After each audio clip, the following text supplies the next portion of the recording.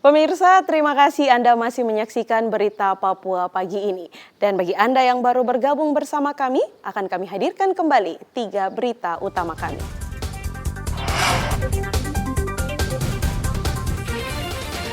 Tersangkut jaring, seorang nelayan tewas tenggelam di Merauke.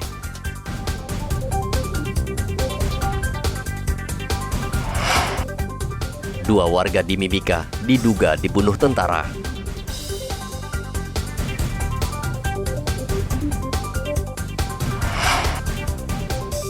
Harga beras di Merauke mulai merangkak naik.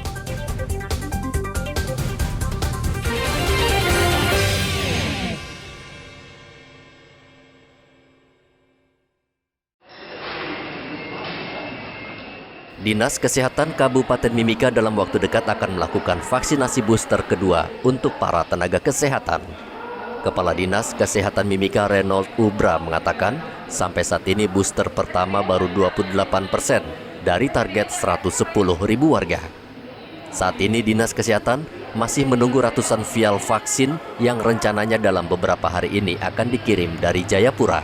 Kalau dosis kedua kita hari ini per kemarin sudah 69%. Semoga bisa ada di 70%. Dosis ketiga kita adalah ada di 28%. Kita berharap dalam 1-2 hari ke depan masih menunggu vaksin dari Jayapura untuk kemudian bisa dilakukan vaksin untuk booster kedua untuk tenaga kesehatan. Nah, untuk tenaga kesehatan apa yang sudah kami buat? Pada hari Rabu kemarin kami sudah rapat dengan seluruh fasilitas baik pemerintah maupun swasta. Kami mulai melakukan registrasi tenaga kesehatan karena dalam 3 bulan rata-rata pergerakan tenaga kesehatan di Mimika ini itu bisa berpindah keluar Mimika, ada yang baru masuk. Oleh karena itu kita coba merapikan data dulu. Kalau tidak ada halangan berarti di awal September, minggu pertama September kita sudah bisa mulai melakukan pelaksanaan booster kedua untuk tenaga kesehatan. Instruksi adalah tenaga kesehatan terlebih dahulu. Selesai. Tapi sebenarnya kalau kita lihat pada 2 minggu lalu itu terjadi peningkatan, tapi sekarang udah mulai turun. Polanya sama kok. Secara nasional juga mulai menunjukkan penurunan. Kabar bukan persoalan naik atau turunnya, persoalan hari ini adalah bagaimana semua masyarakat mau divaksin. Yang kedua,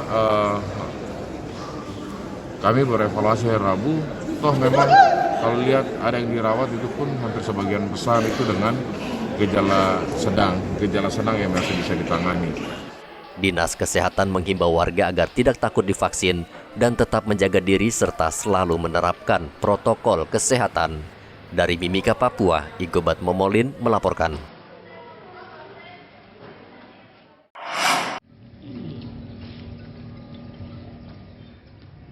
Dinas Kesehatan Timika mendapatkan pasokan obat malaria sebanyak 27.000 tablet. Karena dalam 4 bulan terakhir ini terjadi peningkatan kasus malaria yang diakibatkan ketidakpatuhan warga menjaga kesehatan. Selain itu, meningkatnya kasus malaria di Mimika disebabkan curah hujan yang tinggi. 27.000 obat malaria tersebut akan didistribusikan ke 10 vaskes di kota Timika. Sayangnya 27.000 obat tersebut hanya bisa bertahan untuk 10 hari ke depan.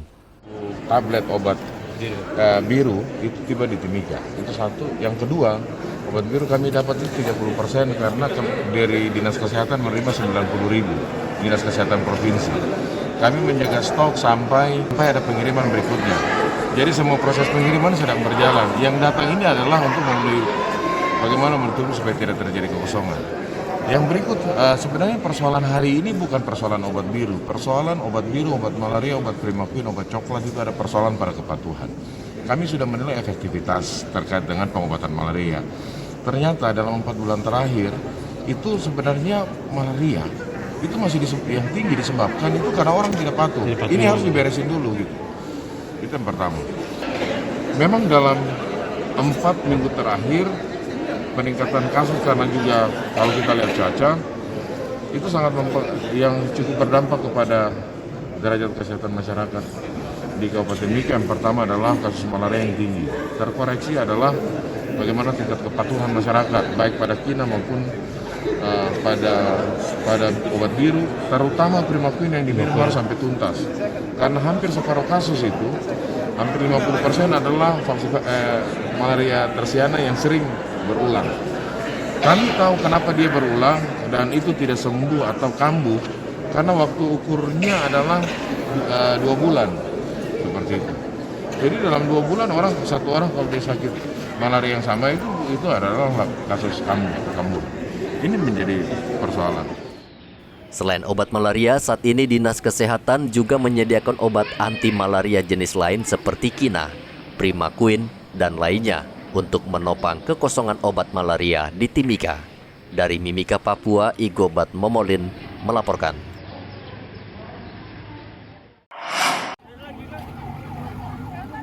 Tim SAR Mimika menggelar simulasi pertolongan pada kecelakaan lalu lintas di depan kantor SAR Timika di Jalan Yosudarso. Sebelumnya para peserta diberikan materi bagaimana menangani pertama korban kecelakaan di lokasi kejadian. Baru kemudian mereka disuruh mempraktikkan cara melakukan pertolongan pertama. Miftah, salah satu peserta mengatakan, pelatihan potensi SAR ini sangat bermanfaat bagi dirinya dan orang lain bila suatu saat mendapat musibah. Yang saya dapatkan, saya dapat ilmu. Siapa tahu nanti ke depannya saya mendapatkan korban di jalan atau apa, saya bisa lakukan sendiri tanpa harus menelpon rumah sakit dulu atau apa. Jadi penanganan pertama yang ini saya bisa lakukan. Saya dapat ilmu supaya pertolongan pertama biar korban itu bisa ditangani dulu rumah sakit toh. Jadi penanganan pertama harus dilakukan sebelum rumah sakit datang gitu. Di sini dipelajari terkait yang kalau kita tidak sadarkan diri begitu, terus cedera patah tulang, terus kalau misalnya kekurangan oksigen begitu. Harapannya ya mudah-mudahan kedepannya akan ada lagi gitu, supaya akan ada lagi kegiatan-kegiatan seperti ini supaya masyarakat yang memang belum tahu lebih tahu lagi. Jadi suatu saat kalau misalnya kita ke jalan gitu, kita yang belum tahu sudah ada pengalaman dasar untuk menolong.